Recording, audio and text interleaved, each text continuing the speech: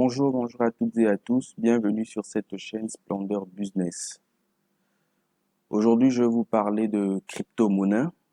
Donc, je vais parler des bases, des différentes bases que vous devrez avoir de les crypto-monnaies parce que pour vous lancer dans un business, vous avez besoin de pouvoir connaître les éléments essentiels. C'est très important parce que se lancer dans un business sans pourtant avoir les bases essentielles, c'est à votre propre risque et péril. Donc, si vous débutez dans les cryptos, cette vidéo est faite pour vous. Ou si vous voulez rafraîchir votre mémoire avec les différents termes dans la crypto-monnaie, cette vidéo également, elle est faite pour vous. Donc, surtout, si vous êtes nouveau, n'oubliez pas de vous abonner si ce n'est pas encore déjà fait.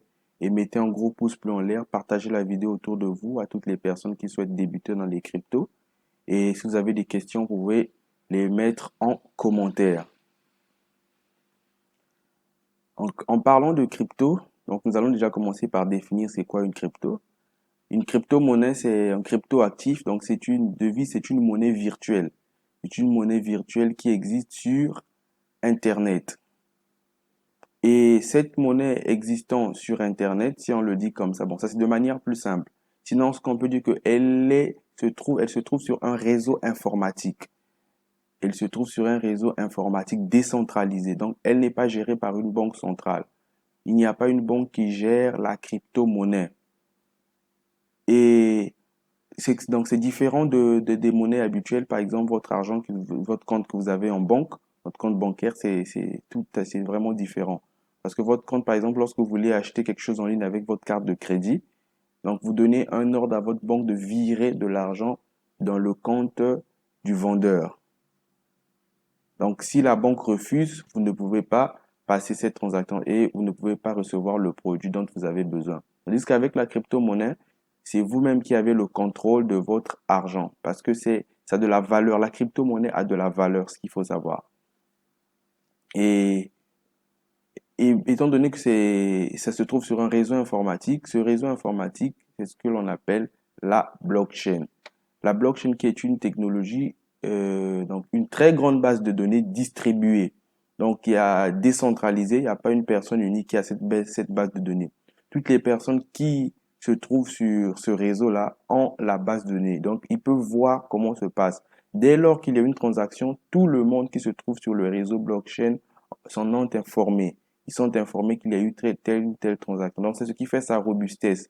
C'est ce qui fait sa force, que les informations ne peuvent pas être altérées. Une personne ne peut pas venir s'hasarder de venir modifier l'information. Parce que s'il modifie l'information, toutes les personnes qui se trouvent sur le réseau seront informées que voilà, telle ou telle personne a trafiqué ceci, telle ou telle personne a fait ceci.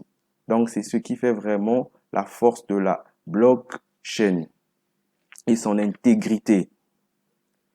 Et en parlant de la crypto-monnaie, nous pouvons citer deux types. Pourquoi je parle de deux types de crypto-monnaies? Parce que nous avons les coins ainsi que les tokens. La seule différence, c'est quoi?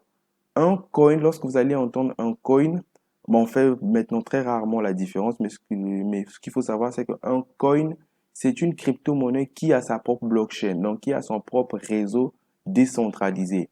Tandis qu'un token, c'est également une crypto-monnaie. En français, on dirait un jeton. Donc, un actif, mais lui n'a pas sa propre blockchain. Il utilise la blockchain d'un coin. Par exemple, le Bitcoin, c'est un coin. Pourquoi c'est un coin? Parce qu'il a sa propre blockchain. Ethereum également, c'est un coin. Donc, aujourd'hui, il y a beaucoup de tokens. Donc, les tokens, c'est pour ça qu'on parle des adossements. Donc, ils sont adossés à un coin, à une autre crypto-monnaie. Aujourd'hui, il y a beaucoup de tokens qui sont adossés à Ethereum. Donc, qui utilisent la blockchain de Ethereum. Et il y a également Binance qui a sa propre blockchain, Binance Smart Chain, voilà, qui a sa propre blockchain. Et il y a aujourd'hui aussi beaucoup de cryptos qui utilisent, donc beaucoup de tokens qui utilisent la blockchain de Binance. Par exemple, je vais prendre le cas de ECC Coin. ECC Coin, c'est un token. Pourquoi un token? Parce qu'il utilise la blockchain de Binance Smart Chain. Donc voilà un peu la différence entre les coins ainsi que les tokens. Mais tout ceci ont des valeurs numériques. Vous pouvez faire des achats avec, vous pouvez vous en procurer. Et ce qu'il faut également savoir, chaque crypto-monnaie a un acronyme. Donc, qui peut varier, hein, par exemple, 3, 4 chiffres, ça dépend. Par exemple, Bitcoin, son acronyme, c'est BTC.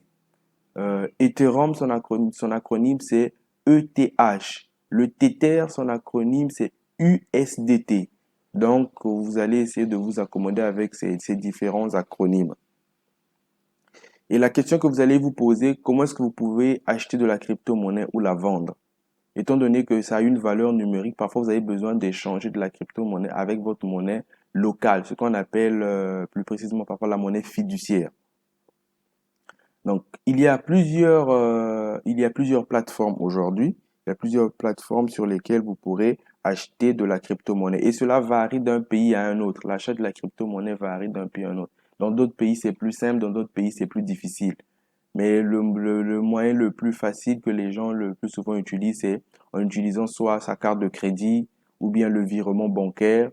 Mais l'unique bémol à cela, c'est que par exemple pour un virement bancaire, vous devriez attendre que le virement puisse se faire, donc que votre banque puisse virer de l'argent de votre compte vers le vendeur qui vous vend de la crypto afin que vous soyez crédité de la crypto-monnaie. Mais il y a également dans certains pays, là où des points, des gens qui vendent de la crypto comme ça, vous arrivez, vous allez vendre, vous achetez la crypto-monnaie le plus facilement possible. Et c'est pour cela que je vais vous parler des plateformes d'exchange. Les plateformes d'exchange sont ces différentes plateformes sur lesquelles vous pourrez acheter de la crypto-monnaie. Vous pourrez également revendre. Parce que il se pourrait que, par exemple, après avoir accumulé beaucoup de crypto-monnaie, ou bien ça a pris de la valeur, vous avez besoin de l'échanger contre de la monnaie fiduciaire, comme je viens de le dire. Où est-ce que vous allez vendre cette crypto-monnaie? Vous pouvez vendre cette crypto-monnaie sur des exchanges. Et les exchanges, il y en a plusieurs. Nous avons euh, Coinbase, nous avons CoinMarketCap, nous avons Binance, donc il y en a plusieurs. Je peux également citer Paxful. Paxful également, bon, je vais pas dire vraiment un gros exchange, mais c'est une plateforme, il y a une de mes vidéos, vous cherchez sur ma chaîne Paxful, vous allez voir une vidéo que j'ai faite là où j'explique bien le processus de Paxful. Avec Paxful, vous avez la possibilité d'acheter du Bitcoin, vous avez la possibilité d'acheter de l'Ethereum facilement. Avec plus de 350 moyens de paiement. Par exemple, pour les personnes qui ont des difficultés avec leur carte Visa, voilà, si vous n'avez pas une carte Visa, sur cette plateforme, vous avez la possibilité d'acheter. Vous faites le choix, mais soyez toujours prudent avec la manière dont vous voulez acheter la crypto. C'est toujours important. Et où est-ce que vous allez garder vos différents cryptos? Où est-ce que vous pourrez la garder? En fait, la crypto, comme j'ai dit, comme c'est une monnaie, donc il y a ce qu'on appelle des wallets. Des wallets, donc un portefeuille électronique. Mais c'est un portefeuille électronique dans lequel vous allez conserver votre crypto-monnaie. Et aujourd'hui, sur le marché, il y a plusieurs, des centaines, il y a des centaines de wallets. Donc, c'est à vous de faire le choix un peu, comme sur quel wallet ou bien sur quel portefeuille électronique vous pourrez garder votre crypto-monnaie. Il y a des portefeuilles qui acceptent quelques, il y a des portefeuilles qui en acceptent plusieurs. Des portefeuilles qui en acceptent plusieurs comme le portefeuille de Coinbase ou bien le portefeuille de blockchain. Donc, il y a plusieurs. Donc, c'est à vous de faire le choix de quel portefeuille. Donc, lorsque vous allez sur ces sites-là, vous allez pour acheter, vous mettez vous allez mettre votre adresse parce que ce qu'il faut savoir avec de la crypto-monnaie, ça fonctionne avec des adresses.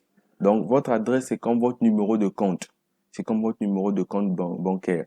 Lorsque vous voulez acheter, vous le mettez et vous serez crédité. Donc, on va envoyer la crypto-monnaie par rapport à ce contrat-là. Voilà.